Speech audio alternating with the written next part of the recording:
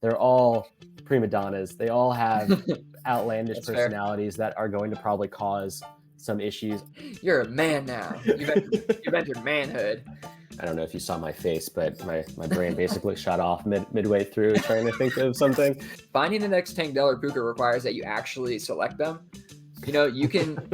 What's going on, everybody? Welcome back to the Dynasty Underdog Ranking Symposium. We're adding another edition onto this. We are going to talk a little bit about the rookie rankings. I really wanted to bring Jake in here because we really spent a lot of time putting our rankings together this offseason. And I wanted to talk a little bit about the process, not really about specific players or anything like that, really our approach. So we're right in the middle of the draft, so I think it's an interesting conversation to have, kind of like pre and post draft, how it's impacting us. But I guess I'll start off with a question for you, Jake. How do you feel about how we should be ranking up to the NFL draft? Is it important that we have like 7 iterations of our rankings as we lead up to the draft, putting them out there and then handling our business post draft? Or do you think that we should just have one ranking completed by the NFL draft day and publish that to kind of get our general feeling on how we are, how we're evaluating the rookie class? How do you feel about that? Yeah, it's a really good question. I think maybe there's like 2 key moments in the general offseason before the draft that kind of stand out to me that could be kind of the chapter points of pre-draft rookie rankings. And that would be pre-combine and post-combine. And I don't say that in the sense of me not wanting or adding value because of a combine, because I really don't. This fucking RAS scores, man, they get to my head. But I really like the idea that my exposure to a lot of players starts to increase a lot more post combine, and that's kind of why I wanted to differentiate. But it doesn't make that the pre-combine rookie rankings are necessarily wrong. I just know that they're going to be a little bit more limited, and so there's always going to be the players like a Javon Baker who really popped out for me, or an Isaac Guerendo who like I wasn't necessarily thinking of because I didn't even know they existed until after the combine for me to start thinking about where they fit into my overall rankings. What about you? Yeah, that makes a lot of sense. For me, I asked this question I was thinking of it in my head, like the way that my process worked out the last couple years is that I spend almost my entire time up to the NFL draft, which is pretty much my cutoff point for when I want to complete my prospect profiling, my evaluation prospect and my evaluation process. I spend all that time familiarizing myself with the class and learning about these guys. And I feel like if I were ranking them throughout this whole process, I don't know if it would serve me very well other than just taking up some of my time or using some of my time and just being busy, almost like busy work. I really feel like that. I do feel like the more limited you can be in the amount you are adjusting your rankings, the better, before you get all of the information, if that makes sense, right? Because I'm evaluating these guys and I want to kind of put them in order of what I actually feel like I believe. And I feel like if I'm doing that throughout the offseason, I'm probably not giving anybody or myself a really good idea of like what I actually think of these guys at the end of the day. And I feel like if I can complete my evaluation process, so I guess that's where I'm trying to get at. I really feel like we should only be ranking these players once we complete the evaluation process. And that's the only time that I put any of these guys in any order in our rankings was, okay, I actually know this guy. I actually know what I feel about this guy, and I'm going to put him there. Maybe he'll adjust like, 1 or 2 spots in our overall rankings, but probably won't adjust him much in our rookie rankings, which is pulled from the overall rankings, which I think is a really great way to do it. So for me, I just feel like that's the better process in terms of actually ranking these players and getting a good idea of what your actual evaluation is. Now, I think we're the same on this. What's your approach in terms of like utilizing film versus analytics? Because, both of us spend a lot of time evaluating these guys, watching a lot of film. We also look at the data. I mean, all of our prospect profiles we're looking at, Uriah's given us a rundown of all the data and we're trying to kind of parse through what's most important. Where do you land on this? Yeah, I I think we've actually talked a little bit about this on a separate pod, but I'm definitely somewhere in the 70-30 range. I think if I had to Okay. put percentages on it, 70% film, 30% analytics. I think at the end of the day, there are just too many players that overachieve through metrics that just are not solid players just due to either the level of competition they're playing against or the role in which they had in a specific team.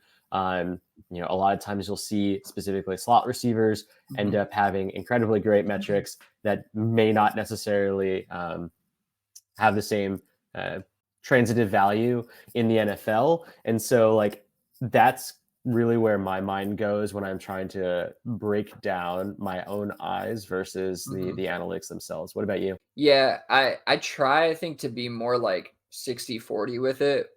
60 film, 40 analytics probably, because I want to be as balanced as possible, and I do think that there's a lot of context within the analytics, and if you know what you're looking at and how to review it, which I think we do, then you can properly, again, like using context, but you can properly contextualize what you're looking at, right? And say, okay, yeah, like this guy has a crazy X metric, but he only had, 10 catches or whatever. It's like, you have to, and that's like a very, very basic version of that, but you have to be able to look through all the data and be able to, add thresholds and understand what you're looking at and what matters and all those different things. So, I think, like I started off, I think we're on a similar page with that. We have definitely talked about it before, but I think it's important for the rookie rankings that we discuss that. I do think, however, for rookie rankings more than NFL rankings, it is important to try to decipher what these guys actually do on film, because NFL, we already know what these guys do for the most part. Like, we don't need to go and watch the film and be like, this guy can run this route tree. Like, after a year or two, we know what these guys can do, and we can kind of work around other factors, I think, and we utilize, other factors to rank them. I think it's really important in our rookie rankings, understanding what these guys can do and what their skill sets are, and that comes from the film, in my opinion. You can get some of it from the analytics, but anyway, what do you do with players with red flags? I'm talking about like a Jermaine Burton, and I think a good one to talk about is even AD Mitchell, right? Hearing a lot of red flags about him and his attitude and taking care of his body and yada yada yada yada yada. He was a first round pick. Well, we're past the first round and he hasn't been selected. So some of the red flags are coming into play in terms of NFL teams. How do you handle it in terms of your rankings? Are you baking that into your rankings? Do you not care because your evaluation is just, far above what people like? If you just love Jermaine Burton, right? You're like, don't care about the red flags. Mm-hmm. Or even Javon Baker, who has not really off-field issues, but more had to transfer, 3 times, whatever. Do these red flags really impact your rankings? I think yes. In the grand scheme of things, they do have some mild, probably inherent bias that I'm not necessarily consciously aware of. Like, I think someone like a Jermaine Burton has fallen due to the way in which he's actually seen his own college career kind of transpire, if that makes sense. Mhm. Same thing with Javon Baker, having these like third, fourth year breakouts because of all of the movement that he's had really does end up having a lot of, impact on the way in which we're going to be viewing the players themselves. And also, especially for someone like Javon Baker, the way that we're going to be able to see his actual tape. Moving to a team like UCF away from Alabama makes him significantly less viewable just in terms of tape in general. So that's kind of where my head is at. I don't know necessarily if the prospect profile for me lined up one for one with, let's say, Brian Thomas Jr. If Brian Thomas Jr.'s, limited amount of football play, him starting his career a little Mhm. bit later than most other athletes in that sport, if that would have a major impact for me, understanding that he has a limited route tree, does that have a major impact for me? It's like those are the types of things that if they were truly one for one, I don't believe that the red flags would push me that far away from Javon Baker to Brian Thomas Jr., for instance. But given that there is a huge gulf in actual ability, in my opinion, they do have a pretty big gap. And I don't think it's necessarily red flag related to your question. It's more so just like trying to understand the context of what was going on. Because at the end of the day, I do think that for all of the wide receivers that I want in Dynasty, they all probably have red flags, if you know what I mean. Like they're all prima donnas. They all have outlandish That's fair. personalities that are going to probably cause some issues. I wouldn't be surprised if a Malik Neighbors has quote unquote new red flags as soon as he's playing in a terrible organization like the New York Giants, right? Like that's that's going to be a reality. And you have to take that with the value at, the 104, 105, knowing that maybe I have a wide receiver that is requesting a trade after a year or two. I don't know. But that's kind of the way I think about it. What about you?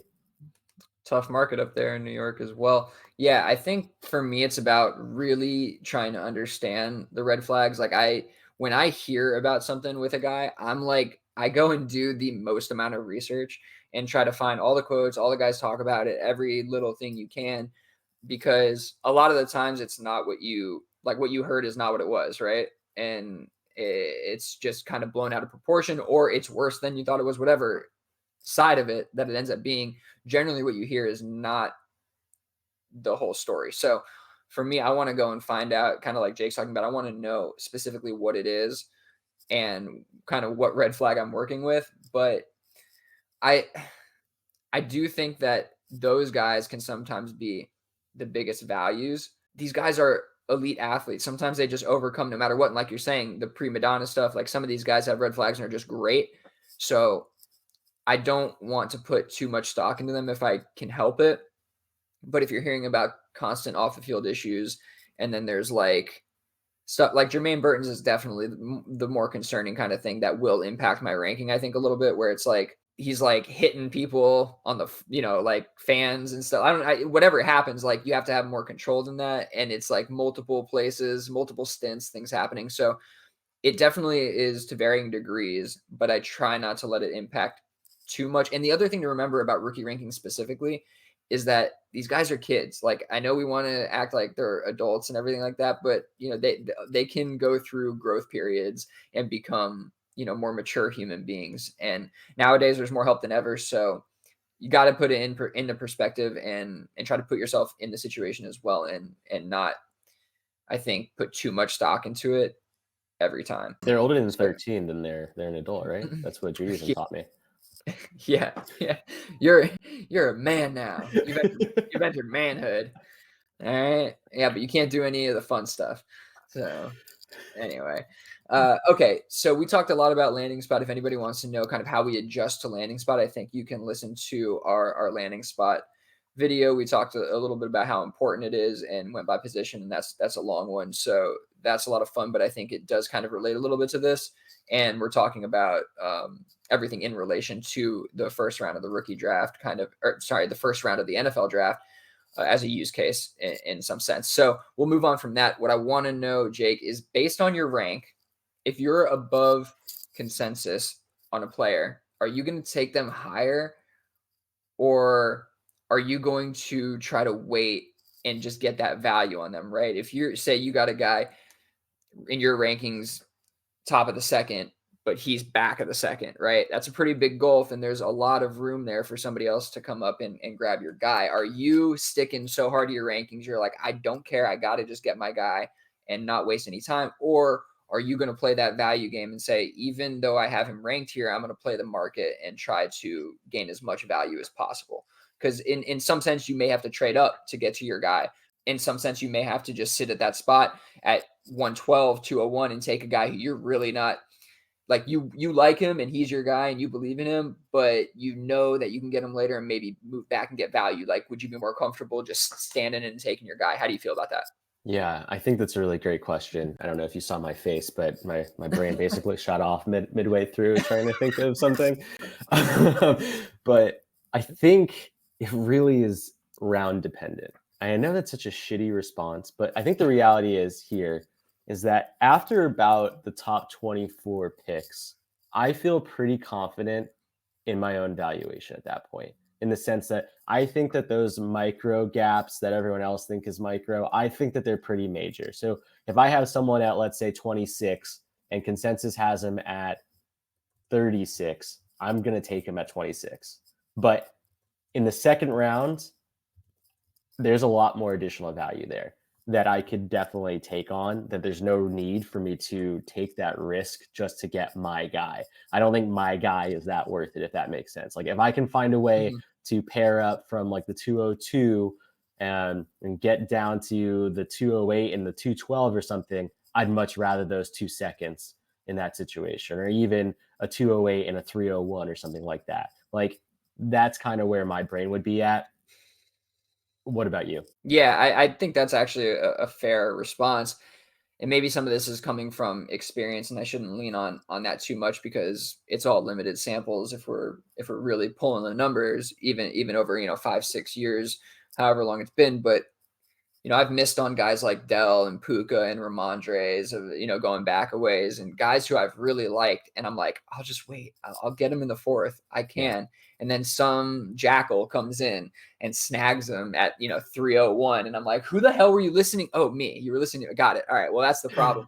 But, that happens. And so, I mean, you got to know your league. You got to know your league mates. Like, do they know you? And if they know you, this is going to change a little bit for sure. But I think I am, and I think you're right. It is a little bit round specific. Like if I'm in the first round, I'm much less likely to do this. Yeah. Like, take a guy way above consensus. But if I'm in, the late second or anywhere beyond that, most likely, I'm gonna go get my guy from now on. I think I'm just gonna do it. Like if Jacob Cowing gets any decent DC, like, fourth round DC in a great landing spot, like I'm not gonna let him fall, wait to the middle of the third to go. I'm gonna go up and just get this guy, and not reach for him in the top of the second or anything like. But I'm gonna go get him where it's reasonable and not wait till my 308 and go get him at 301. You know what I mean? Or I'm gonna sit at 301 and not move back when I get an offer on the table for the 305 and the 401. Like, no, screw it. I'll just take my guy. So I think at some level, you got to stick with your evaluations. If you put a lot of work into this and you really believe in somebody, I do think that it's worth kind of just sticking to your guns. But it is with that caveat of not at the top of the second, not in the first round. You don't need to be making those risky moves there. It's just not really worth it. But I think where the hit rates really fall off. And I mean, the hit rates fall off pretty drastically past the back end of the first, but give yourself a little room to work with there. Where the hit rates really fall off in the back end of the second and on, I think you can just kind of reach above consensus if you really believe in a guy and have him ranked high enough. So I think it's an interesting conversation because we talk a lot about, finding the next Tank Dell or Puka, but finding the next Tank Dell or Puka requires that you actually select them. You can like seriously, I've found plenty of guys, but I haven't actually selected them every chance I've gotten. And that is, the most important part of the equation. So I think it's a good discussion to have in terms of like when you should do it and when you should do it in relation to your rankings as well. So Well, to your point, yeah. do you think it's bad process to go get your guy after you missed him? So in this situation, let's say Yeah. this is a great guy because I know you're really high on him, and I'm sorry to everyone who's going to learn about this. But Taj Washington, right? Let's say Yeah. Yeah. Taj goes 405 and you had the 408, right? Are you Yeah. willing to send next year's third to go get him? I I hate how do I want to say this? I don't like being defeated, and that feels like my opponent defeated me. And so out of spite, I'll probably not do that or try to find a way to be like, here's 2/4 and go get him. You know what I mean? Like, yeah, I'll Yeah. feel comfortable doing that, but I don't want to pay up. But I might. Fuck yeah, I might. You know what? Like you no, because like a third next year isn't that much. You know what I'm saying? Right. Yeah. Exactly. If you really believe in a guy, I definitely would consider doing it. I would entertain the idea, but yeah, I hate being defeated in that way, and I definitely would be really careful in how much I'm going to spend to do that. Like it would have to be like just that third. I would never go much higher than I wouldn't if they're pressing me. Hey, I need 2/3. All right, later. See you later. Like I Yep. can't do that. Like, but then you get again, like if I believe this guy, like if I believe in him, like I believed in Tank Dell, let's say, where I was like, this guy is going to succeed. Like he has just elite route running skills. And I don't know if I believe anybody, even Jacob Cowling, I don't think he has elite route running technique.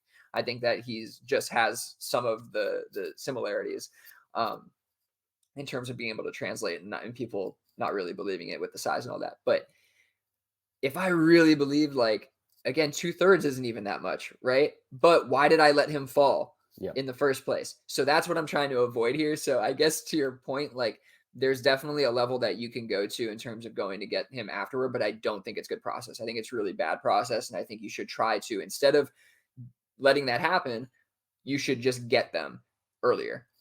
Yeah, no, Provided it's not. Sorry, provided it's not 2 rounds earlier. You know what I mean? Like, there's a limit to it, of course. Definitely. And the reason I was thinking of that is that literally happened to me last year with Puka, specifically in Console Wars, where I don't know what I was doing in the 4th, but I think I was just trying to bank on the fact that build that I it was basically a tank build where I was just going to stockpile on just back end running backs.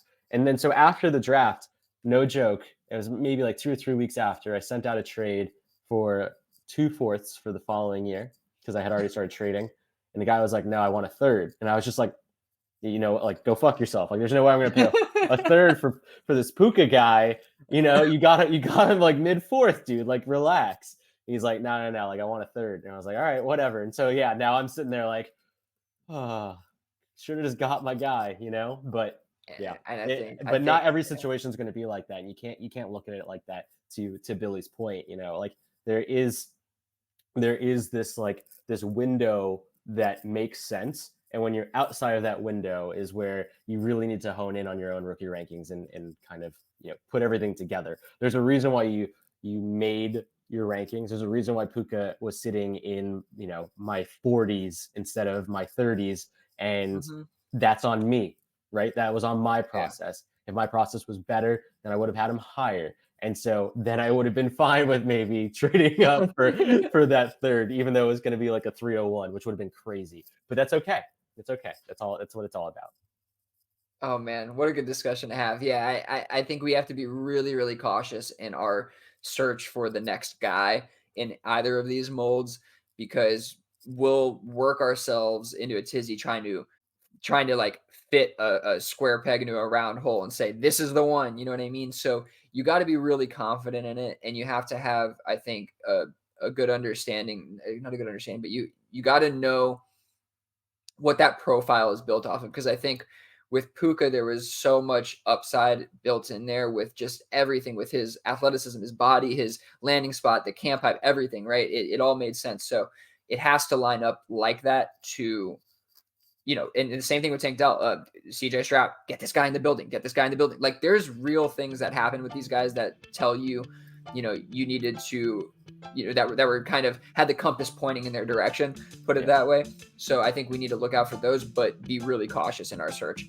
Anyway, we're getting off the topic a little bit, off the rails for sure, talking about Puka and Tank Dell, but this was our rookie rankings episode that will be added to the Dynasty Underdog Ranking Symposium playlist on our YouTube channel. So please go over and subscribe so you can catch any of the new stuff that drops on there. And thank you for joining. Please stay tuned for more. Peace out.